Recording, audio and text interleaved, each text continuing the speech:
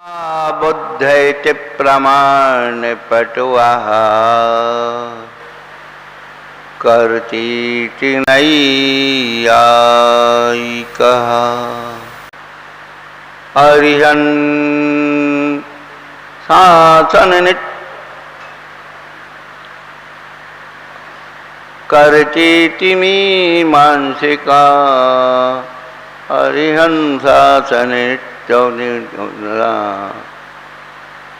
त्रैलोक्यनाथो हरिः। जलदेवादि गज्जालर्षि कल्पतरु चिन्ह से इच्छित फल प्रदान करने वाले श्री शीतलनाथ भगवान की जय, महावीर भगवान की जय, गौमटेश बाहुबली भगवान की जय, कद्दरवर्तेश भगवान की जय। कि भारती सरस्वती है शारदा है नाम तेरा, विदुषी है माता हंस गामिनी कहती है, वागीश्वरी जगे माता ब्रह्माणी है वरदा तू, ब्राह्मणी है वाणी है तू भाषा कहलाती है, ब्रह्मचारिणी है माता वाल कुंवारी है तू, गो है श्रुतो देवी है तो विद्या कहलाती है, इतने ही नाम तेरे काम तेरा एक ही है, आन के अमित की बुद्धि बस जाती है। रासांगमयी जनमानी माता की जय, कुंद कुंदाचार्य भगवान की जय, 20वीं सदी के प्रथमाचार्य चार्य चक्रवर्ती आचार्य श्री शांत सागर जी महाराज की जय, सत्यरी पट्टाधीश आचार्य श्रमण गुरुवर श्री धर्म सागर जी महाराज की जय, मम शिक्षा गुरु ज्ञान श्रोमणी आचार्य कब श्री सुसागर जी महाराज की जय, किन कमला करोड़ महाराज की जय। बोले परम पूज्य प्रकाशन वाले के मुनि श्री अमित जी महाराज की, समस्त मुनि संघ की।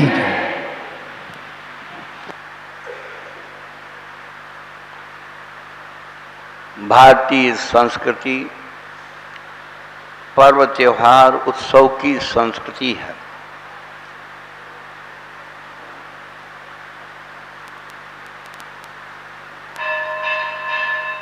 पर्व अभी आने वाले हैं जिन्हें हम 10 लक्षण पर्व कहते हैं। पर्व हमारे मन को पवित्र करते हैं, पर्व हमारी आत्मा को पवित्र करते हैं, त्योहार हमारे व्यवहार को निभाते हैं।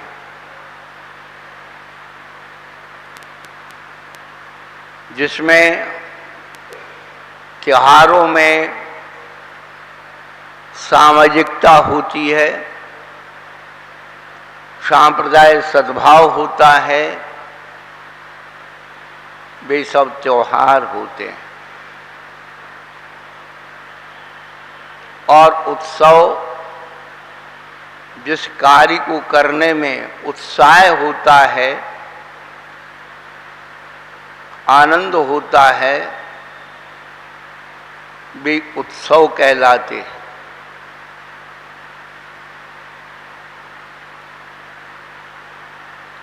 उत्सव जब अपनी विशुद्धि पर पहुंचता है तो त्योहार बन जाता है, और त्योहार जब पूर्णता को प्राप्त हो जाता है तो वह पर्व बन जाता है।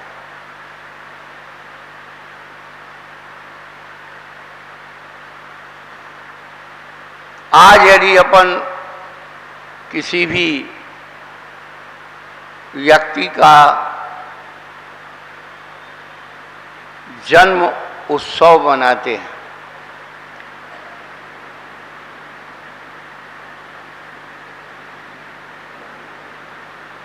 क्योंकि अभी उसके व्यक्तित्व कृतित्व में विकास नहीं हुआ। केवल एक पारिवारिक खुशी, रिश्तेदारों की खुशी है, इस लोग को शामिल कर लिया, उत्सव मना लिया। लेकिन जब वही जन्म लेने वाला बालक अपने नित्य क्रिया कर्मों के द्वारा परिवार का, समाज का, धर्म का उत्थान करने के लिए अग्रसर हो जाता है, तो वह स्मृति रूप में त्योहार बन जाता है।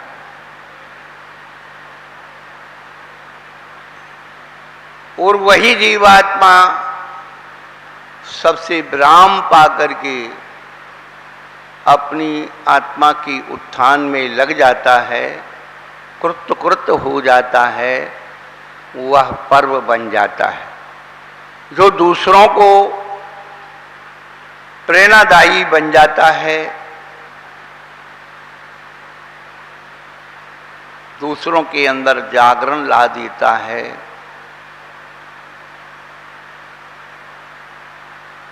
वह पर्व बन जाता है।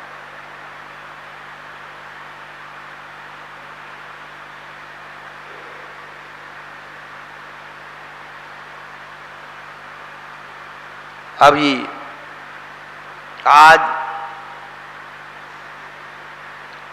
हमारे भावी तीर्थंकर नारायण श्री कृष्ण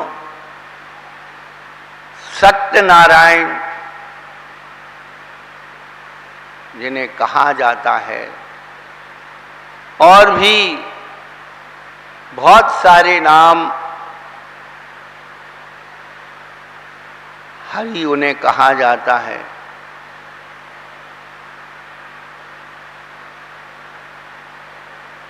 बंधुओं, ऐसे महापुरुष सृष्टि में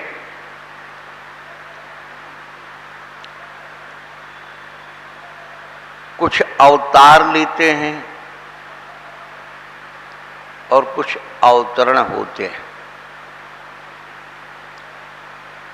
अवतार का मतलब यह कि व्यक्ति अनेक रूपों में अपनी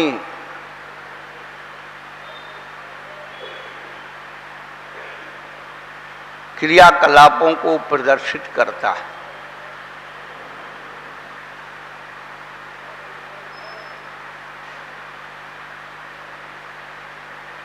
इसीलिए उसे अवतार कहते हैं। 24 अवतार कच्छप, मत्स्य, वराह, अनेक रूपों में जो अपनी लीला दिखाता है वो अवतार होता है। लोग समझ नहीं पाते, इसीलिए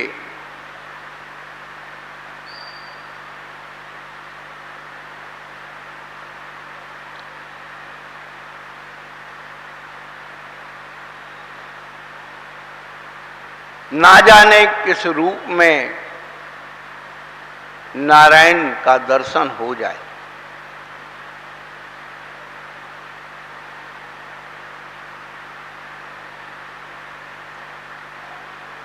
सुना जाता है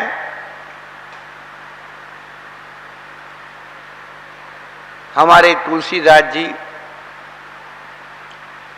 राम के भक्त थे, कुछ लोगों ने कृष्ण जी का मंदिर बनवाया और विचार किया कि इनकी प्रतिष्ठा तुलसीदास जी के हाथ से कराई है। लोग निवेदन करने गए कि प्रभु कृष्ण जी के विग्रह की आपको प्रतिष्ठा करनी है। कृष्ण जी की विग्रह उस मंदिर में आपका धर्म का संबोधन है। अब चूंकि तुलसीदास जी राम के भक्त थे, अब कृष्ण के मंदिर में कैसे चले जाएं? बड़ी विचित्रताएं आज के समय में। हम भक्तों ने भगवान को इतने रूपों में बांट दिया कि भगवान ही नहीं दिख रहा है।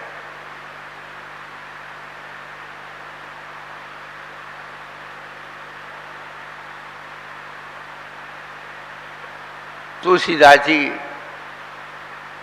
बेमन से चले तो गए कि हर व्यक्ति अपने अपने इष्ट के पीछे लड़ रहा है। किसी ने चंदा प्रभु पकड़ लिए, किसी ने शीतलनाथ पकड़ लिए, किसी ने आदिनाथ पकड़ लिए, किसी ने शांतिनाथ पकड़ लिए। जहां जो सा मौका देखा वैसा पकड़ लेता है।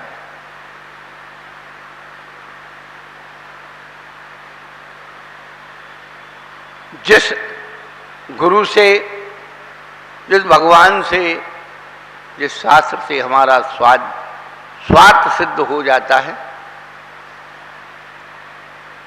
वही हम अपना देव और शास्त्र और गुरु मान लेते हैं।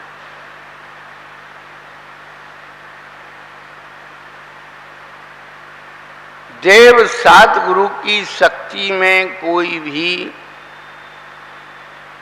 कमी नहीं है, सबकी बराबर है। 2400 तीर्थंकर बराबर हैं, सबके समोषण लगते हैं, सबकी दिव्यध्वनि गिरती है, सब बराबर। लेकिन हम लोग कहीं अपनी आस्था को टिकाए बैठे रहते।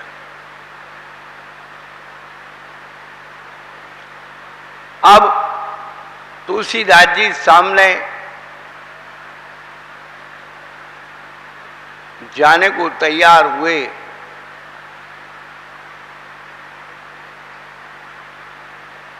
सामने खड़े हैं, क्या बोलते हैं?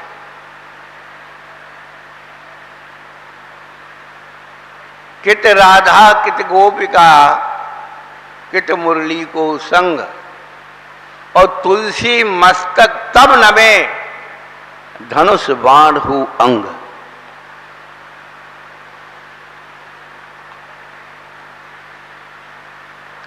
तुरंत उस विग्रह में परिवर्तन हो गया और श्री कृष्ण की विग्रह में, मूर्ति में रामचंद्र जी प्रकट हो गए। भक्ति मार्ग बड़ा विचित्र मार्ग है। प्रबल प्रेम के पाले पड़कर प्रभु को नियम बदलते देखा। प्रबल प्रेम के पाले पड़कर प्रभु को नियम बदलते देखा। अपना मान भले टल जाए पर भक्त का मान न टलते दे।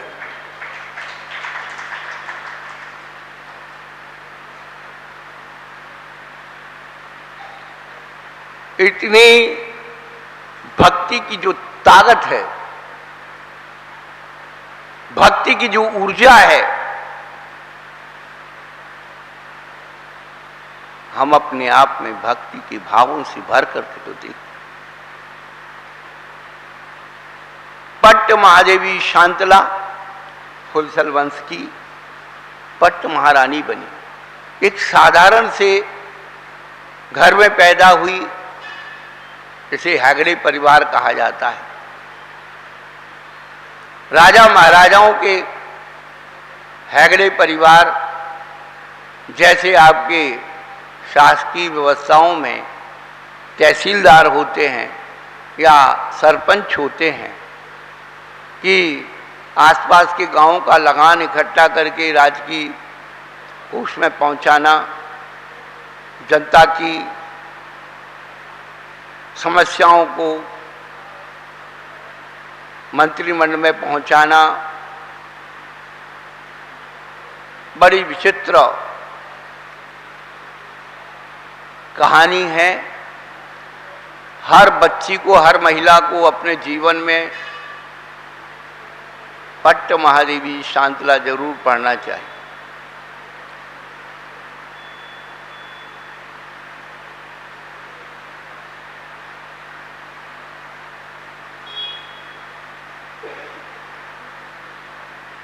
वहां पर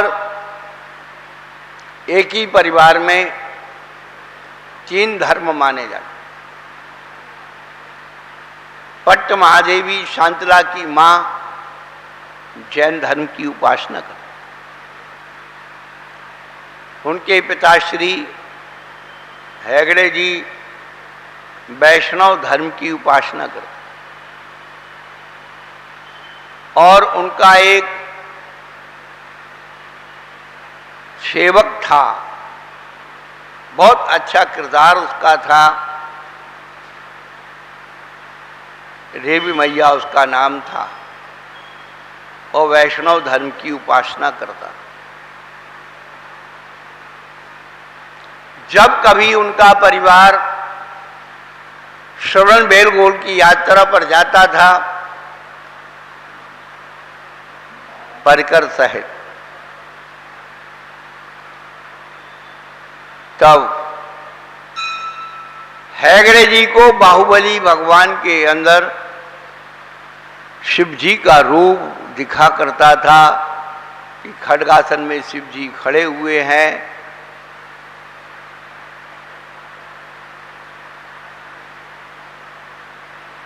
और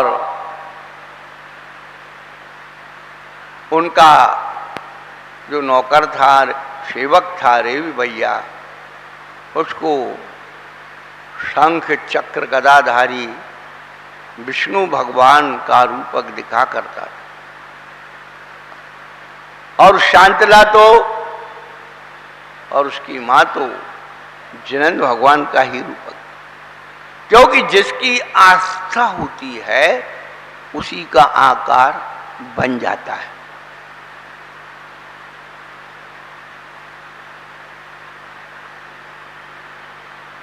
ये कर्ता कौन है?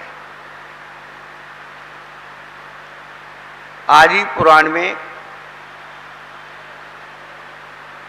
प्रसंग आया, आदिनाथ भगवान अपने सभी पुत्रों को राज दे करके, दीक्षा लेकर के बैठ गए। तब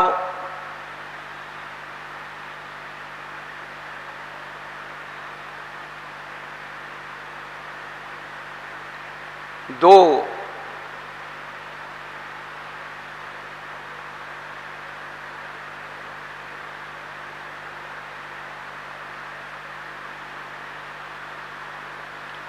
उनके रिश्तेदार राजकुमार आदिनाथ भगवान के पास पहुंच गए।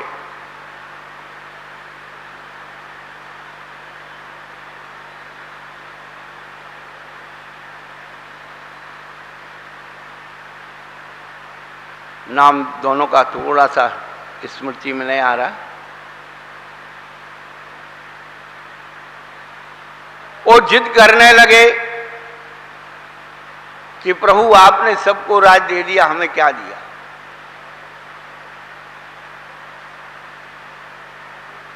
परेशान करने लगे।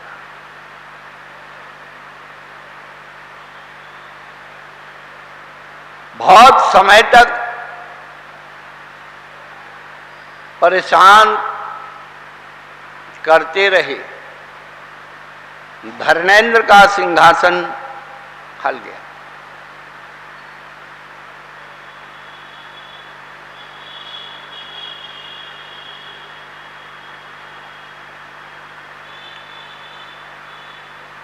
उन्होंने बहुत समझाया कि भगवान तो अब मौन हो गए,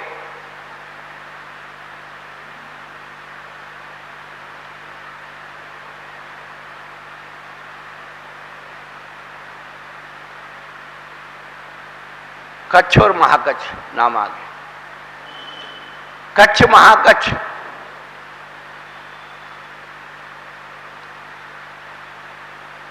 वो कहने लगे कि जब तक हम भगवान अपने मुंह से नहीं कहेंगे तब तक हम नहीं मानेंगे।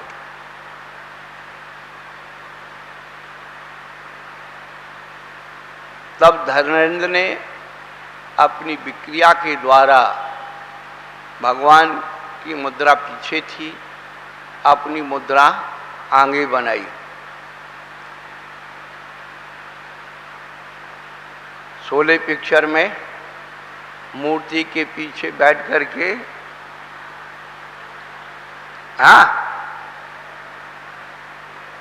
वरदान दिया जाता है।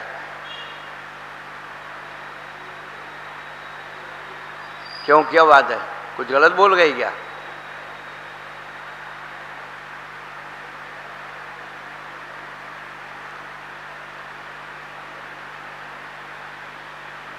उन्होंने, धर्मेंद्र ने बिल्कुल भगवान के सामने ऐसा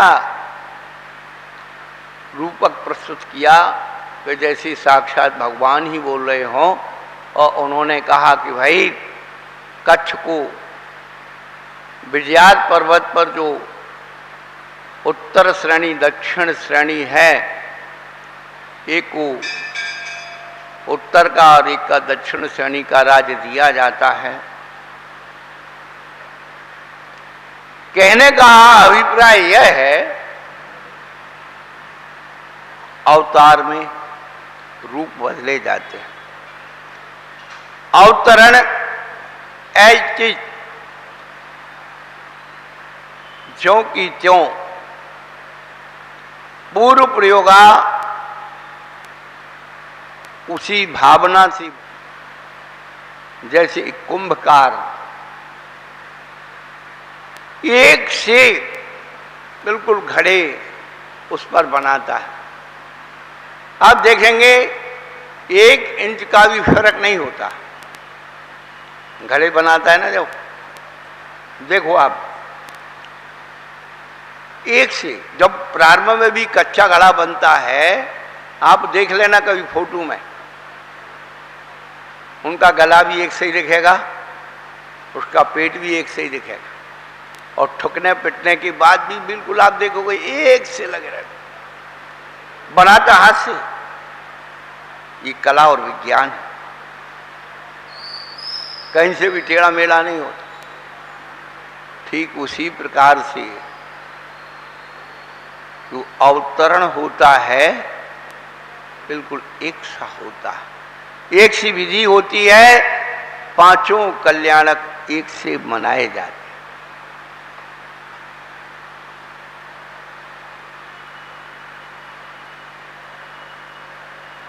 क्यों लेते हैं अवतार?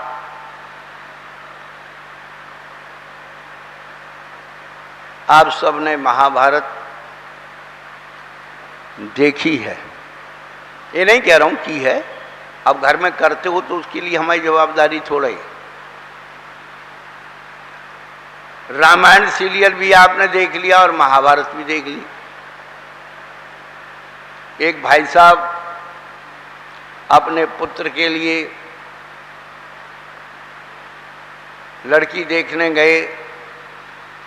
प्राचीन काल में पूछा जाता था, बेटा तुम्हें क्या आता है? पक्का मर्जी आता है, तत्वार सूत्र आता है, 6 ढाला आती है, क्या आता है? अब आज के समय में आप लोग क्या पूछते हैं मुझे पता नहीं। महिलाएं पूछती हैं, वही रसोई बनाना आता है, ये आता, वो आता। अब आज के समय में क्या पूछा जाता है, तो आपका इंटरव्यू है। हमारे रवीश भाई साहब पहुंचे और उस बच्ची से पूछा, बेटा तुम्हें क्या क्या आता है? पिताजी हमको रामायण से लेकर के महाभारत तक आते, आप यहां आए हैं, हम आपको रामायण दिखा, वो आपके घर पहुंच जाएंगे, वहां महाभारत दिखा दें। बड़ा विचित्र स्वांग हो गया।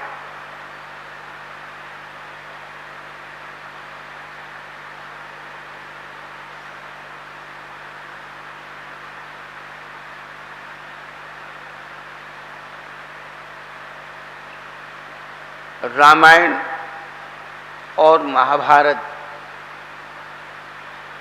ये युद्ध क्षेत्र में घटी हुई घटनाएं हैं,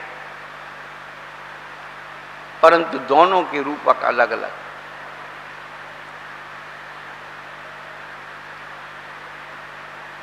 पहले रामायण हुई, उसके बाद महाभारत।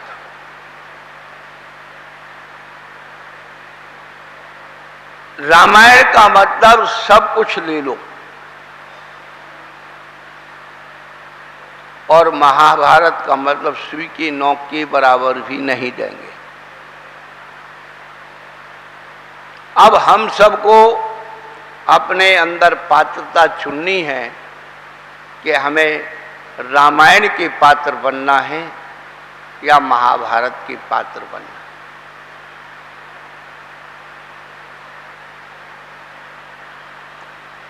टीवी पर महाभारत देखी, उस पर श्लोक आते थे, यदा यदा हि धर्मस्य ग्लानिर्भवति भारत अभ्युत्थानमधर्मस्य तदात्मानं सृजाम्यहम् परित्राणाय साधूनां विनाशाय च दुष्कृतां धर्म संस्थापनार्थाय संभवामि युगे युगे। जब भी सृष्टि पर धर्म का लोप होता है, ग्लानि आती है, मलिन होता है, और पापाचरण अधर्म का बोलबाला हो जाता है,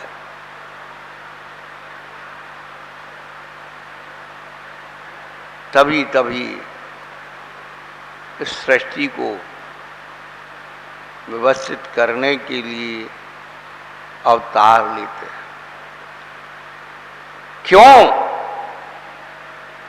अधर्मी व्यक्ति धर्मात्मा को त्रास देते हैं, दुख देते हैं, कष्ट देते हैं, उपसर्ग करते हैं। इसलिए परित्राणाय साधूनाम, सज्जनों की, साधु पुरुषों की रक्षा के लिए और दुष्कृत्यों के विनाश के लिए और धर्म के अभ्युत्थान के लिए, धर्म की जागृति के लिए युगों युगों में हम अवतार लेते हैं। ऐसा नारायण श्री कृष्ण गीता में कहते। इसी बात को हमारे रविशेन आचार्य पद्म पुराण जी ग्रंथ में लिखते हैं, आचार्येणे विघातेने, आचार्येणे विघातेने कुदृष्टीनां च संपदा।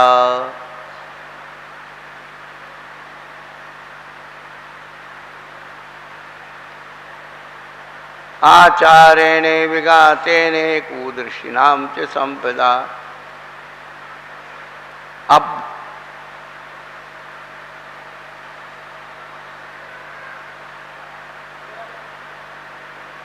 मुच्यरते जनोत्तमा,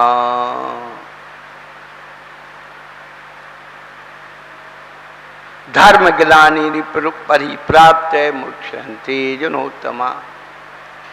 जब जब व्यक्ति के आचरण का ह्रास हो जाता है, व्यक्ति अपने आचरण से गिर जाता है, और वही व्यक्ति अपने आचरण से गिरता है जो भोग और भोजन के पीछे दौड़ता है।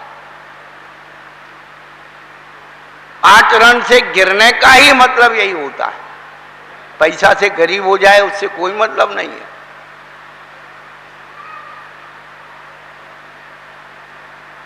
आचरण से गिरे हुए व्यक्ति की कोई कीमत नहीं होती।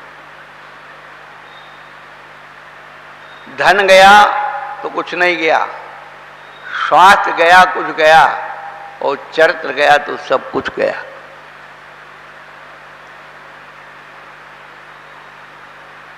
आचार्यणे विघातेने कुदृष्टि नाम से संपदा। मिथ्या दृष्टियों की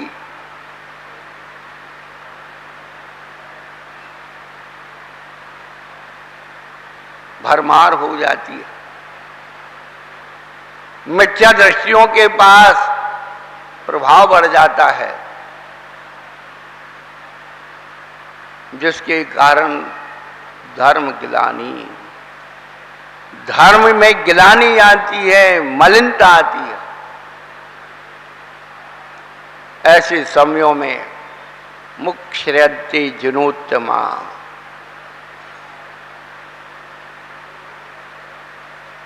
जनोत्तमा यानी तीर्थंकर भगवान अवतरित होते हैं।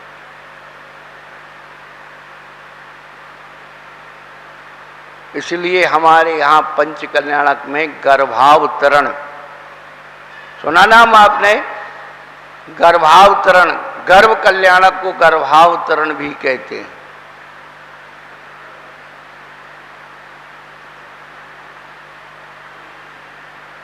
बंधुओं,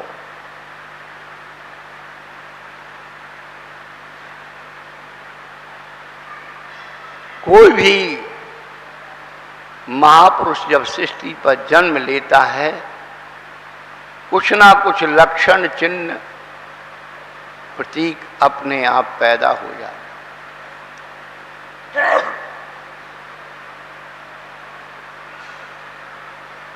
जब कृष्ण जी का जन्म होने वाला था, कंस के घर में सब अशुभ अशुभ हो रहा।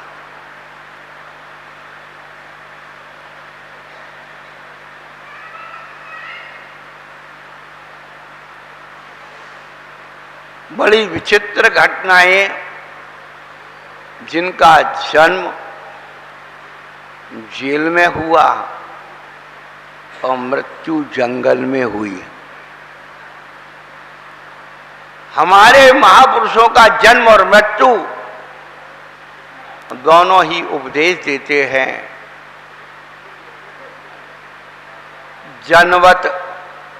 जनमत मंगल चार भये ना, मरण न रोवन हारी, कर्म गत टरे न टाली। कर्म की वैचित्रता देखिए।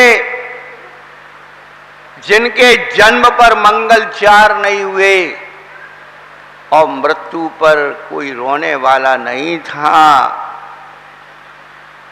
यही तो अनित्यता का दिग्दर्शन है। हम लोग अपना बर्थडे मना रहे हैं, साहब सजा रहे हैं, क्या बढ़िया पार्टी दे रहे हैं। अरे नारायण श्री कृष्ण के जीवन को देख लो। त्रिखंडाधिपति, कर्म की विचित्रता। बंधुओं,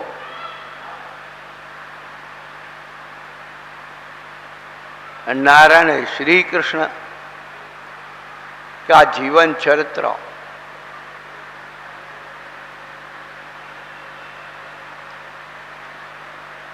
महाभारत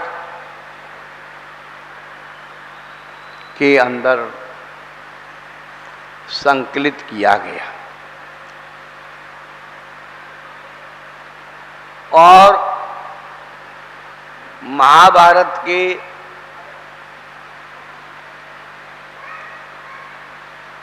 18वें पर्व,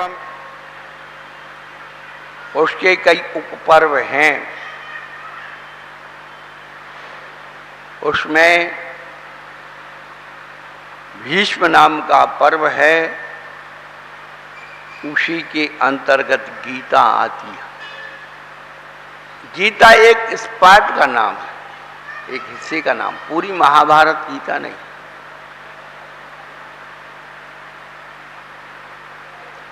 उसे महाभारत क्यों कहा जाता है?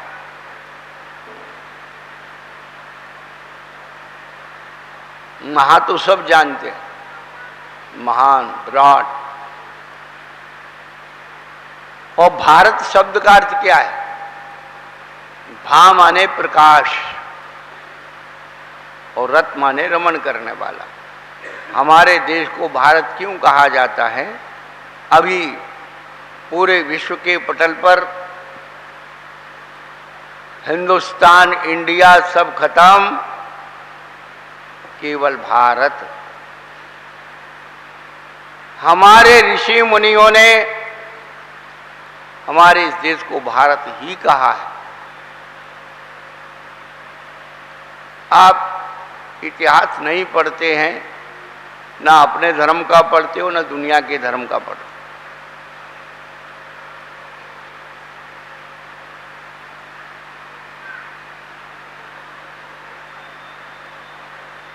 ईसा मसीह ने भारत में आकर के 12 साल तक अध्ययन किया था। आप पूरा बाइबल उठा करके देख लो, उनसे पूछ लेना कि इतने साल तक ईसा मसीह कहाँ गए। भारत में महात्मा बुद्ध हमारी भारत भूमि में,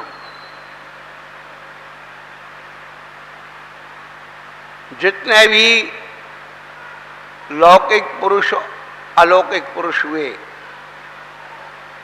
विज्ञानी पुरुष हुए, इस भारत भूमि में हुए, जिन्होंने ज्ञान का प्रकाश किया।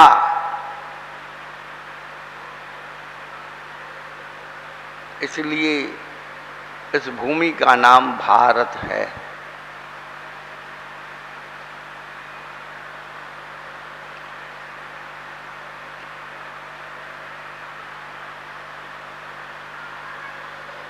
बंधुओं, उस महाभारत का पर्व गीता पर्व कहलाता है। अब गीता का मतलब क्या है? गीता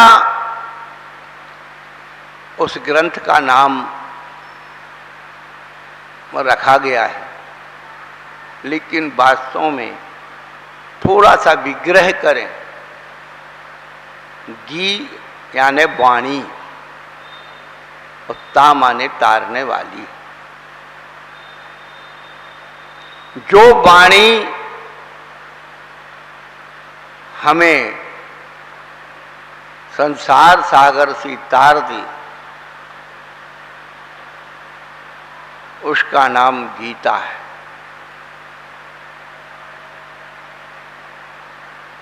हमारे संशय, भ्रम,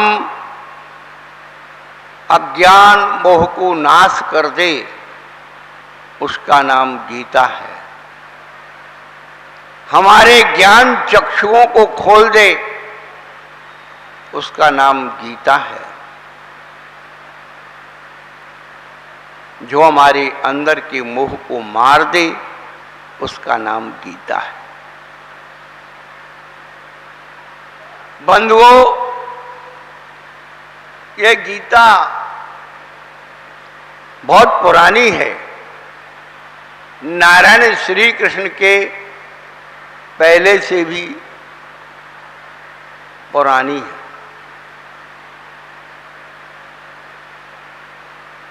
जब हमने गीता का इतिहास पढ़ा, जैन आगम के अनुसार सबसे पहला युद्ध किसने लड़ा था? भरत और बाहुबली। बाहुबली ने भरत को 7 या 8 युद्ध लड़े थे बाहुबली के बीच में, भरत के बीच में, और 3 ही युद्धों का वर्णन अपन को प्राप्त है। लेकिन श्री भूवलय ग्रंथ के अनुसार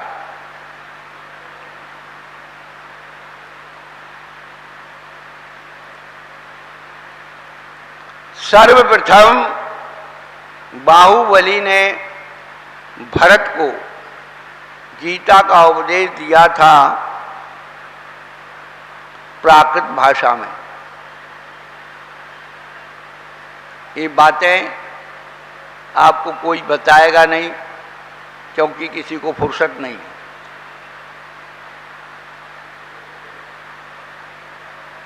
सबसे पहले बाहुबली ने भरत को गीता का उपदेश दिया प्राकृत भाषा में।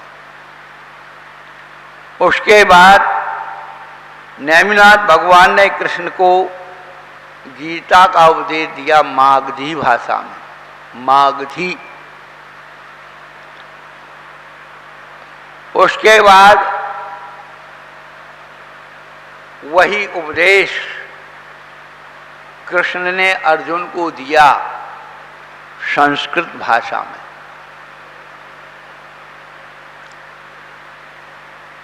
और महावीर भगवान ने उसी गीता का उपदेश दिया राजा शरणेक को अर्धमागधी भाषा में। और उसके बाद कुमदेन्दु आचार्य ने उसी गीता का उपदेश दिया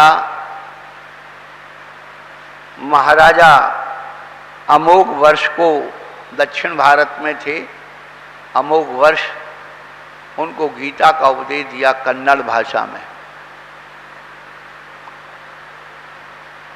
प्राकृत भाषा, मागधी भाषा, संस्कृत भाषा, अर्धमागधी भाषा और कन्नड़ भाषा, ऐसे 5 भाषामयी ये गीता है। ये वर्णन आया है श्री भूवलय ग्रंथ में। अभी कुछ दिन पहले श्री भूवलय ग्रंथ के बारे में जानकारी लेने के लिए इंदौर से 2 विद्वान आए थे।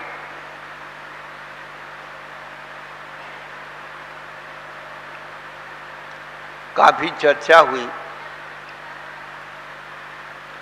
विश्व का 8वां आश्चर्य माना है डॉक्टर राजेंद्र प्रसाद, जो हमारे राष्ट्रपति थे। उन्होंने विश्व का 8वां आश्चर्य घोषित किया इस ग्रंथ को। और भारत देश के विदेश के कई विद्वान लगे हुए हैं उसकी कूट भाषा को खोलने के लिए। वो मानक ग्रंथ है।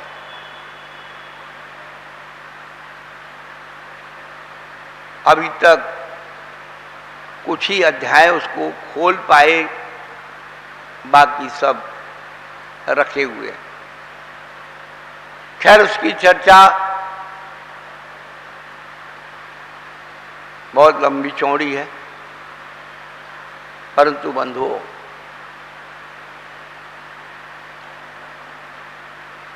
महापुरुषों ने जीव हित के, जीव उद्धार के 3 राजमार्ग बतलाए, जिन्हें कहा जाता है प्रस्थान त्रय। प्रस्थान यानी गमन करना। जैसे जैन दर्शन में रत्नत्रय, ऐसे वैदिक दर्शन में प्रस्थान त्रय। तीनों की शैली, पात्रता अलग अलग है। स्वरूप भेद और स्वामी भेद। आप कोई भी ग्रंथ को पढ़िए, उसके स्वरूप को समझिए और उसके स्वामी को समझिए। दिक्कत यही होती है कि हम स्वरूप में उसके स्वरूप को ना समझ करके अपना रूप डाल देते हैं और अपनी अपात्रता में उसमें पात्रता पैदा कर लेते हैं, तो वह तो ग्रंथ रहता है, ग्रंथ का स्वरूप बदल जाता है और आपका तो एक पंथ बन जाता है। जब जब भी कोई भी व्यक्ति ग्रंथ को बदलेगा, वो अपना पंथ बनाएगा। पंथ कहीं अलग से पैदा नहीं हो। जब ग्रंथ को मानेगा ही नहीं, ग्रंथ की मानेगा ही नहीं,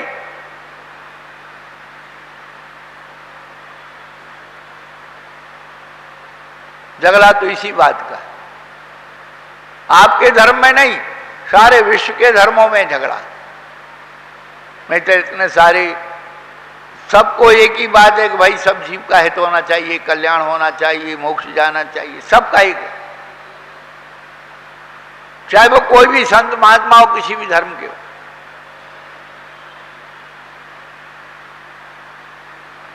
परंतु मैंने कहा मेरी चले नहीं भैया, मैं और मेरा उसमें नहीं है। जो आदिनाथ ने कहा, महावीर ने कहा, कुंभकुंद आचार्य ने कहा, महान आचार्यों ने कहा, वो स्वीकार कर लें तो झगड़ा किस बात का है। आस्था में तर्क नहीं चलता, भक्ति मार्ग में तर्क नहीं चलता, दार्शनिक ग्रंथों में तर्क चलता है, सिद्धांत में तर्क चलता है, आगम में तर्क नहीं चलता। लोगों को पता ही नहीं है आगम अलग है कि सिद्धांत अलग है। आगम का मतलब आप पुरुषों की वह वाणी जो हमारे आचरण को सुरक्षित करती हो। सिद्धांत का मतलब है कि दूसरा कोई हमारे ऊपर आक्रमण कर रहा हो, उस सुरक्षा कवच का नाम सिद्धांत है। सिद्धांत कभी बदलता नहीं है, आगम कभी बदलता नहीं है।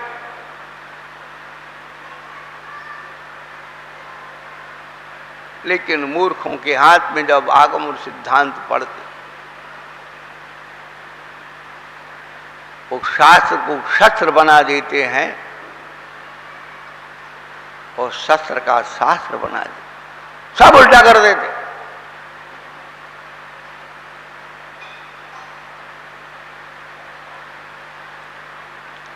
प्रस्थान त्रय, वैदिक प्रस्थान पहला है। वैदिक प्रस्थान में उपनिषद आते हैं, उपनिषदों में मंत्र होते हैं। वैदिक प्रस्थान उपनिषद हैं जो मंत्रों की रूपना करते हैं। ये मंत्र योग पात्र के लिए होते हैं। मंत्र हर व्यक्ति को नहीं दिया जाता। दर्शनाचार्य ने भूत बलि पुष्पदंत को मंत्र दिया, उनकी बुद्धि की परीक्षा ली, क्योंकि नहीं मंत्रो शरण्यनो निहंती विश्वेद नाम। अक्षर मात्रा से हीन मंत्र विष की वेदना को दूर नहीं करता।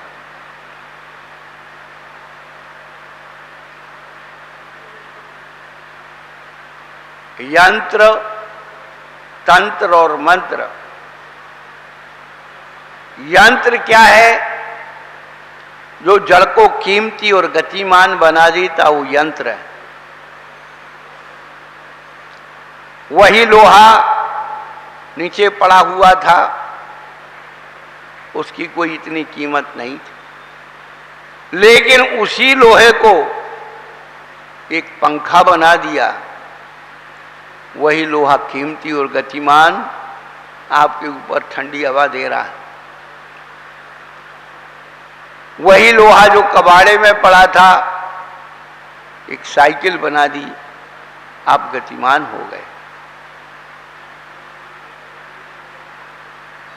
यंत्र जो जड़ को कीमती और गतिमान बनाता है, यानी फिजिक्स, भौतिकी। तंत्र जो रासायनिक परिवर्तन लाता है, केमिस्ट्री, ठोस, द्रव, गैस। ये रासायनिक परिवर्तन, ठोस ठोस। आप देखिए,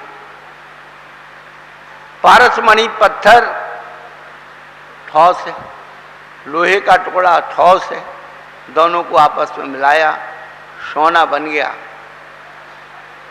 ये रासायनिक परिवर्तन। उसके भंग बन जाते हैं, ठोस के साथ द्रव, द्रव के साथ गैस, गैस के साथ ठोस, ऐसे करके। और मंत्र यानी मैथ्स, गणित। नहीं मंत्रो शरणीनो निहंती, अक्षर मात्रा से हीन मन विष की वेदना को दूर नहीं करता।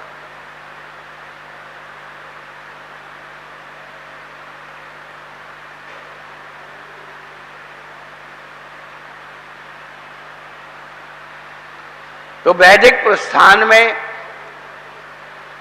मंत्र दिए हैं और योग पात्र को ही दिए जाते। अभी अगले महीने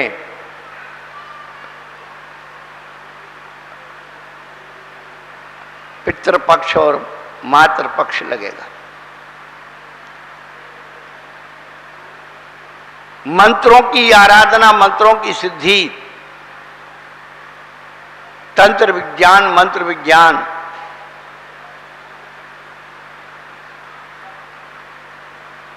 की सिद्धि इसी महीने में होती है।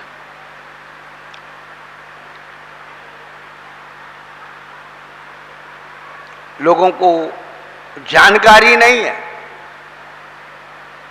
बहुत सारी बातें ऐसी।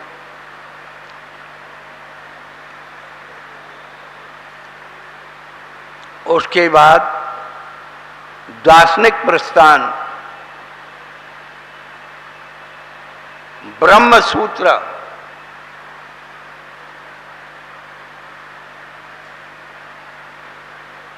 वैदिक में मंत्र हैं और दार्शनिक प्रस्थान में सूत्र हैं।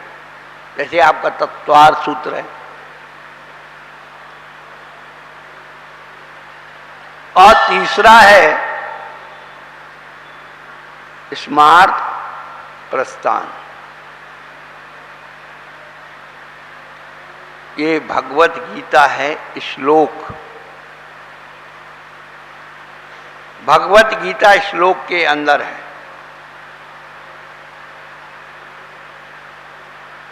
जो सभी के लिए है। ब्रह्म सूत्र विद्वानों के लिए है।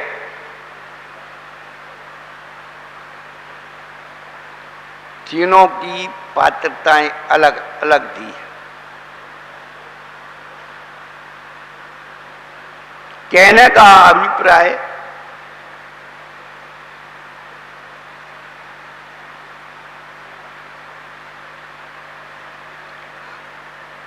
जो गीता है, उस गीता में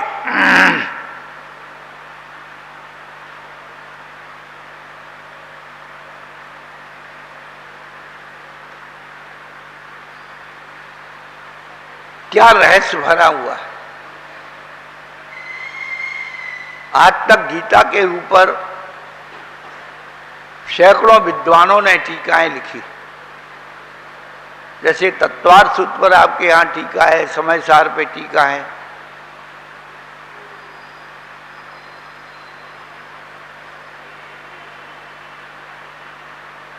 पूरी रामायण 100 विश्व की पहले समय में हमने जब अध्ययन किया था लगभग 25 वर्ष पूर्व, तो 125 प्रकार की रामायण थी। 125 भाषाओं में रामायण थी। रामायण के ऊपर, राम के ऊपर, गीता के ऊपर, तत्वार्थ सूत्र के ऊपर, समय सार के ऊपर बहुत कुछ लिखा जा सकता है और लिख रहे हैं लोग अपने अपने ढंग से। आपके विश्व कवि डॉक्टर कुमार विश्वास अपने अपने राम, अब अपने अपने कृष्ण पर प्रवचन दे रहे हैं। कुछ नया चिंतन आना चाहिए। महापुरुषों की वाणी आप तक कैसे पहुंचे,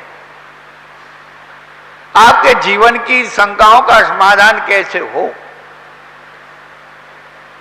ये केवल वो अच्छा जानते हैं नहीं।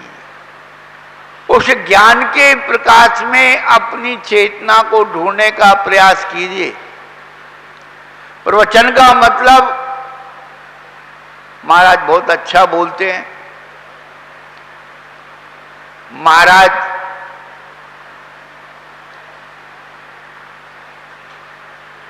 अब क्या क्या बोला, महाराज सब जानते हैं, अच्छा बोलते हैं, अच्छा जानते हैं। तो महाराज के अच्छे बोलने से, अच्छे जानने से तुम्हें क्या लाभ है बताओ।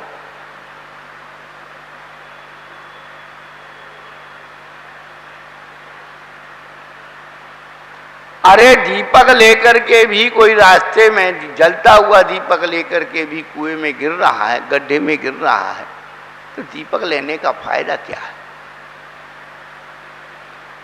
हम अपने अज्ञान से लड़ने के लिए तैयार हैं। जैसे भारत देश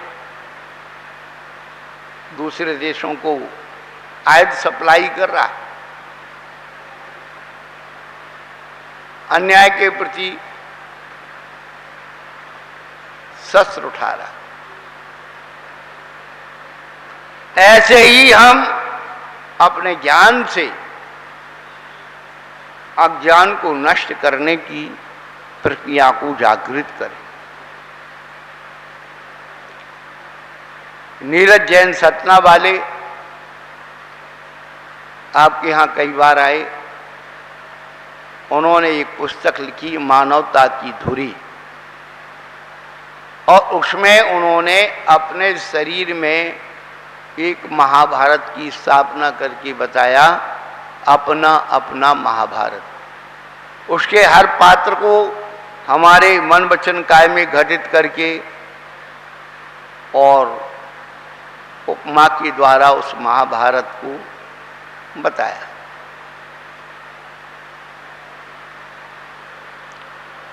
बंधु,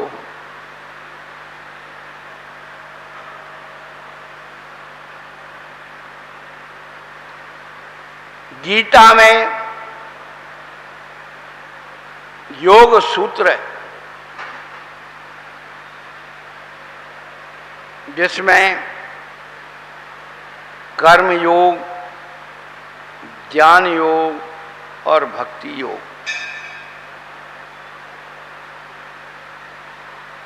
कर्म योग, ज्ञान योग और भक्ति योग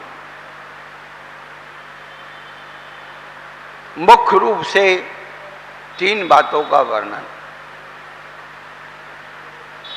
कर्म योग का विश्लेषण जब किया, कर्म के 3 भेद किए, विकर्म, कर्म और अकर्म।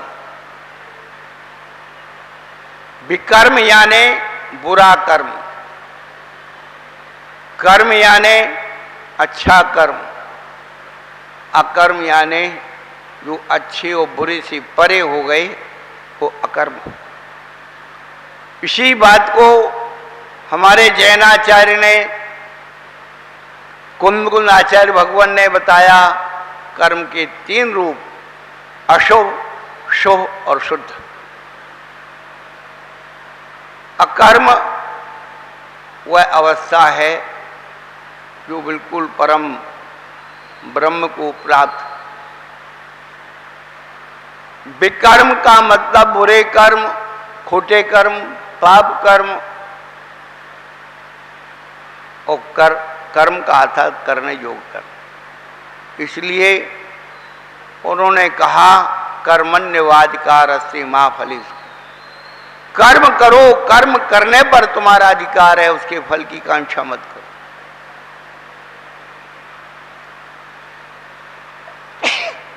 कर्म यानी शुभ।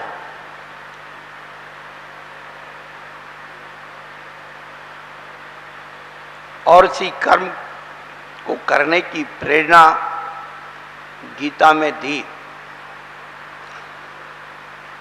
अभी आपको हम बता रहे थे,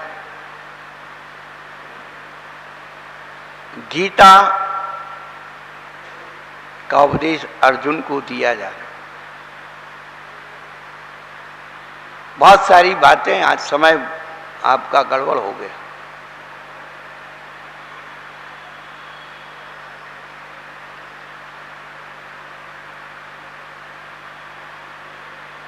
आखिर ये महाभारत हुई क्यों? चलो यहां से ही शुरू करते।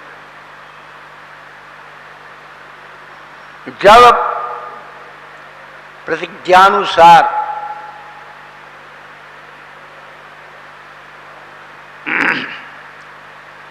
पांडवों को 12 वर्ष का वनवास और 1 वर्ष का अज्ञातवास घोषित हुआ, वो चले गए।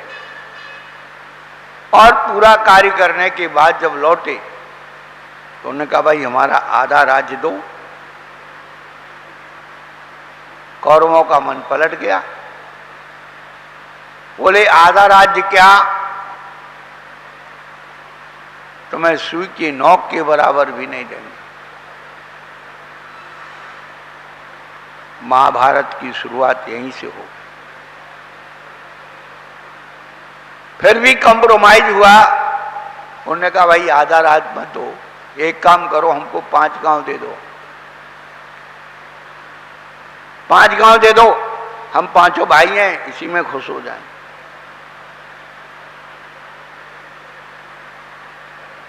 अमिताभ बच्चन की क्लास लगी हुई है 15 प्रश्नों के उत्तर देने में। आजकल 7 करोड़ 8 करोड़ रुपए हो गए। ये आखिरी प्रश्न है कि पांडवों ने वो 5 गांव कौन से मांगे थे। कौन बता रहा है? इनाम मिलने वाली है, ये रखिए थैली, हम तो इनाम साथ में लेके चलते। पर्युषण पर्व में बहुत अच्छी अच्छी प्रतियोगिताएं होने वाली है और उसमें सोने, चांदी, अच्छी अच्छी धातुओं के उपकरण वितरित होने वाले। अब बड़ी सरल सरल प्रतियोगिताएं रखी जाएंगी, आपके जीवन से जुड़ी हुई रखी जाएंगी। आपको पता ही नहीं तो आप क्या करोगे।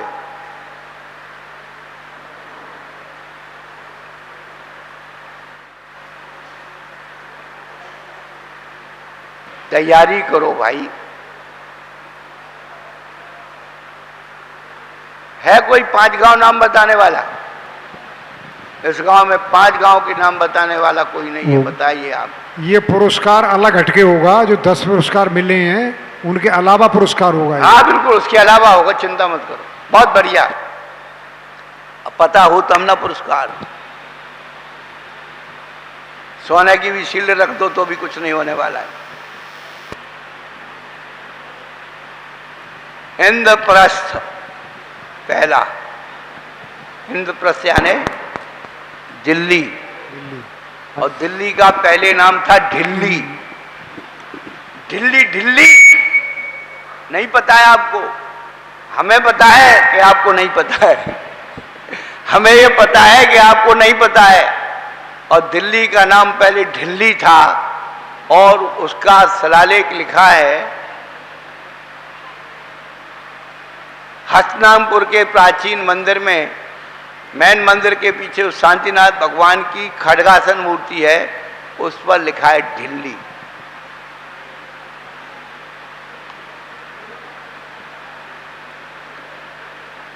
इंद्रप्रस्थ यानी दिल्ली, स्वर्णप्रस्थ दूसरा नाम सोनीपत, तीसरा नाम है जलपथ यानी पानीपत, चौथा नाम है बणिकपथ यानी बागपत,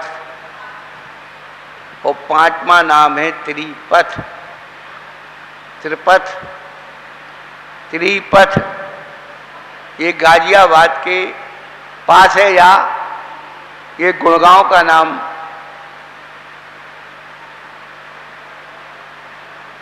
गुरुग्राम, क्योंकि द्रोणाचार्य वहाँ अपनी शिक्षा दिया करते थे, और हो सकता है वही हो।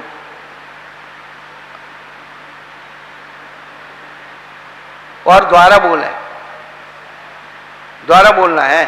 क्यों? कोई कवि सम्मेलन हो रहा है? बंस बोल। इंद्रप्रस्थ, स्वर्णप्रस्थ, जलप्रस्थ, बणिकपथ और त्रिपथ, इनके परिवर्तित नाम इंद्रप्रस्थ दिल्ली, स्वर्णप्रस्थ सोनीपत, जलप्रस्थ पानीपत, बणिकपथ बागपत और त्रिपथ। ये मोदी नगर के आसपास कोई बता रहा था, गाजियाबाद के पास, या फिर ये गुरुग्राम होगा, कंफर्म नहीं हमारे पास।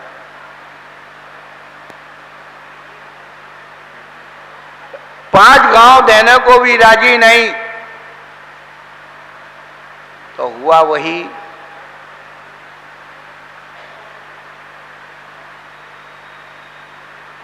नारायण श्री कृष्ण को समझौता करने के लिए कि भाई किसी तरह ही मान जाए, पर कौरवों ने अपमान करके उन्हें निकाल दिया, और द्रौपदी का भरी सभा में शीर अपहरण किया। इस महाभारत की सूत्रधार मां कुंती है। उन्होंने अपने बच्चों को प्रेरणा दी, जिसने हमारे आराध्य कृष्ण को अपमानित कर दिया, हमारी पुत्र वधू को इस प्रकार से बेइज्जती की, ऐसे व्यक्तियों को इस सृष्टि पर रहने का कोई अधिकार नहीं।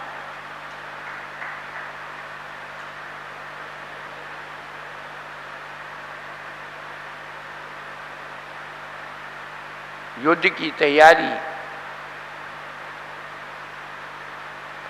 पांडवों के दूत और कौरवों के दूत कृष्ण जी से सहायता लेने के लिए जब पहुंचे, तो कृष्ण जी सैन कर रहे थे। कृष्ण जी के दूत, कौरवों के दूत सिराने खड़े हो गए, और पांडवों के दूत पैरों की तरफ खड़े थे। जैसे ही उनकी नींद खुली, सबसे पहले पांडवों के दूतों को देखा।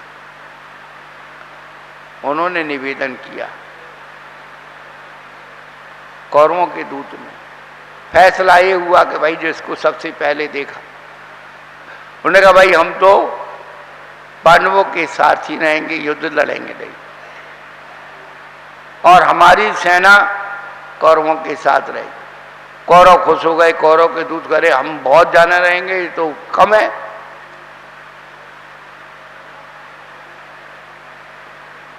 अब युद्ध लड़ा कहां जाए?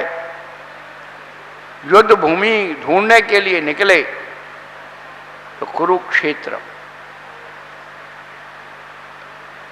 कुरुक्षेत्र को चुना गया क्योंकि वह भूमि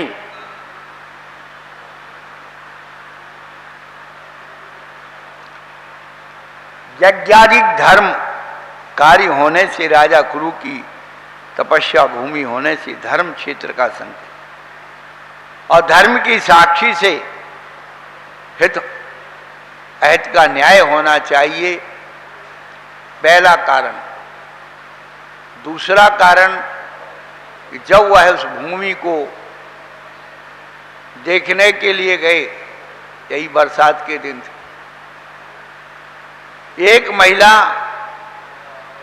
खेती में अपना काम कर रही थी।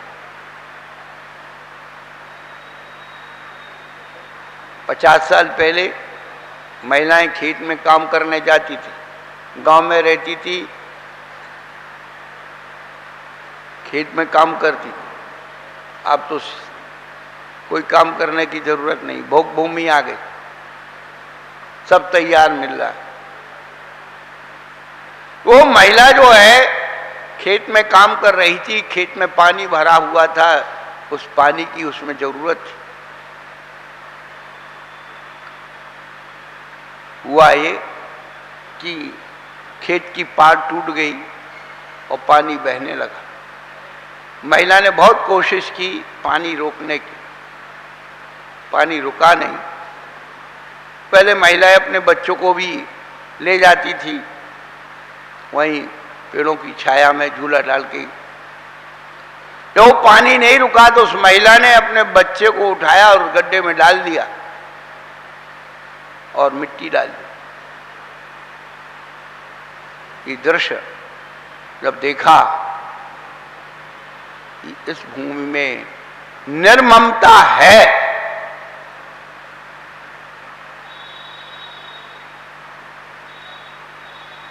जो अपनी संतान से भी मोह नहीं करे, ये भूमि युद्ध के लिए ठीक है। श्री कृष्ण का एक नाम है मदन मोहन। यदि मदन पद के और मोहन पद के नकार को अलग कर दिया जाए, जिनके जीवन में मद नहीं है और मोह नहीं है, वे मदन मोहन।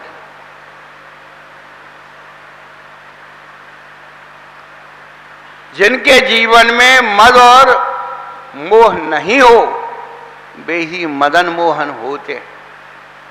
इसलिए उनके जीवन में मद नहीं था। सुदामा के गले मिल गए, अपना गरीब मित्र। मद नहीं था, राजपद का मद नहीं था, और मोह तो था ही नहीं।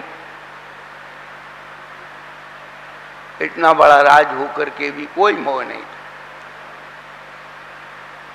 इसलिए उन्हें मदन मोहन कहा। जब हम कुछ ना कुछ नया सुनते हैं, अंदर में स्पार्किंग होती है।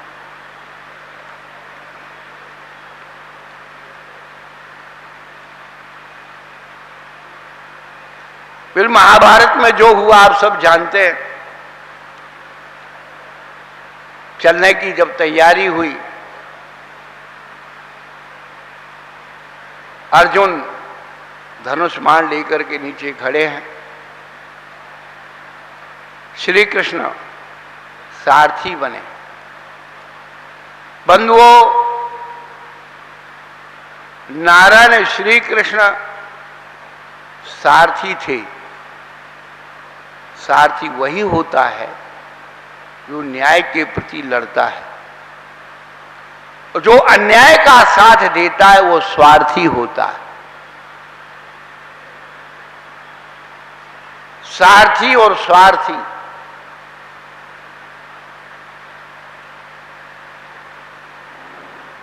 जैसे ही अर्जुन रथ के करीब पहुंचे, नारायण श्री कृष्ण सारथी बने, उस पर बैठ चुके थे। सामने से दिखा पीडीजन गेट के पास एक दिगंबर मुनिराज चले आए।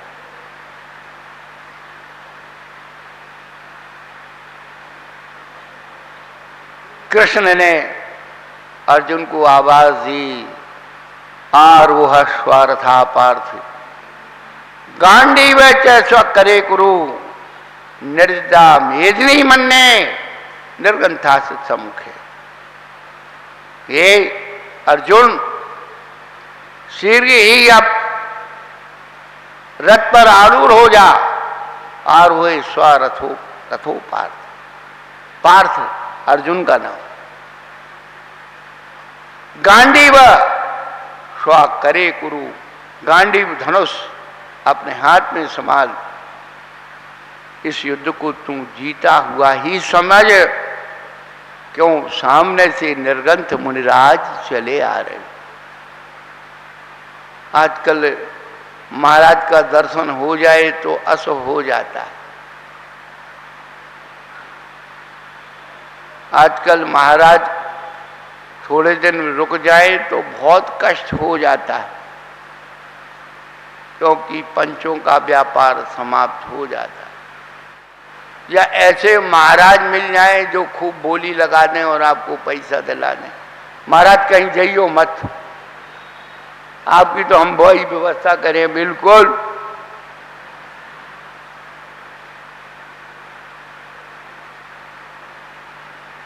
अच्छे अच्छे प्रवचनकार साधुओं का हाल बुरा हाल हो रहा। इल्जाम लगाए जाते, कुछ इल्जाम तो बिल्कुल सही होते, हम साहब कहना खुश रहना। क्यों? कि महाराज तो कुछ संभालेंगे नहीं, और संभालने के लिए दे दिए दूसरों को, वो गप कर गया। अब बैठे रहो महाराज टैया, बहुत मुश्किल हो रहा।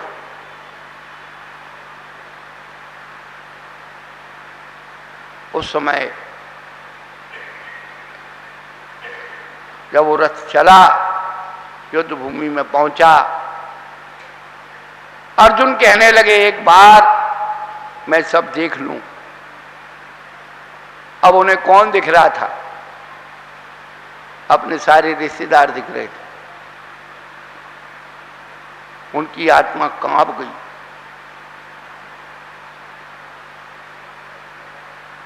नारायण श्री कृष्ण ने तब गीता का उपदेश दिया। आप देख रहे होंगे कि रथ पर श्री कृष्ण बैठे हैं, वल्गा संभाले हुए, नीचे अर्जुन हाथ जोड़ करके निवेदन कर रहा है।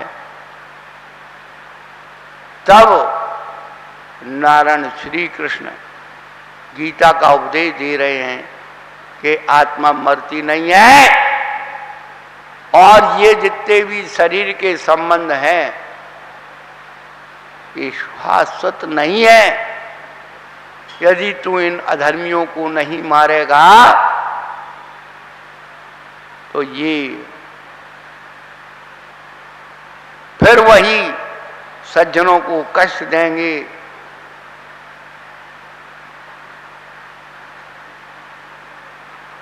अधर्म का बोलबाला हो जाएगा, अन्याय अनीति ज्यादा फैल जाएगी। इसलिए गीता का उपदेश दिया। अर्जुन के अंदर भरा हुआ जो मोह था उसको मारा, जो मद था उसको मारा, और गीता का उपदेश हुआ। धर्मानुरागी भव्यात्माओं, हम अपने अंदर के महाभारत को पहचाने। हम बार बार कई बार कह चुके कि हमारी सारी लड़ाई जड़ द्रव्य के कारण है। लड़ाई की जड़ 3, जज्जूर वो जमीन। थोड़ा अपने अंदर समझ तो ला लें, थोड़ी सी अपनी संज्ञाओं को व्यवस्थित कर लें, तो फिर कोई झगड़े की ज़रूरत नहीं है। जिसको जो चाहिए सो ले लो, और उसका परिणाम ये होगा, आप स्वेच्छा से त्याग करेंगे, जितना आपने त्याग किया उससे भी कई गुना जुड़ करके आपके पास रिटर्न होगा ही, ध्यान रखना। आप त्याग करके तो देखो। बार बार कहते हैं हम कि सारे कहाँ कृष्ण रुक्मणी सतमामार संपत सगरी, कहाँ गई वो रंग मले। उस पूरे देश में जाकर के पांडवों के कितने मंदिर हैं भाई, और रामचंद्र जी के कितने मंदिर हैं। उन्होंने त्याग किया और उन्होंने संग्रह किया। आप देखिए, आप त्याग करने वाले व्यक्तित्व का भी यदि आप भक्त बन जाओ तो आप उस भगवान से भी ज्यादा तुम्हारी पूजा हो जाएगी। भगवान किसको चाहता है, एक बात ध्यान रखना, लिख लो। भगवान किसको चाहता है? जो भगवान को चाहता है भगवान उसको नहीं चाहता। सुन लीजिए आप, जो भगवान को चाहता है भगवान उसको नहीं चाहता है। भगवान उसको चाहता है जो भगवान की भक्ति करता है, उस भक्त को चाहता है, भगवान उसको चाहता है। नहीं समझ में आए तो बाद में सोच लेना। भगवान उसको चाहता है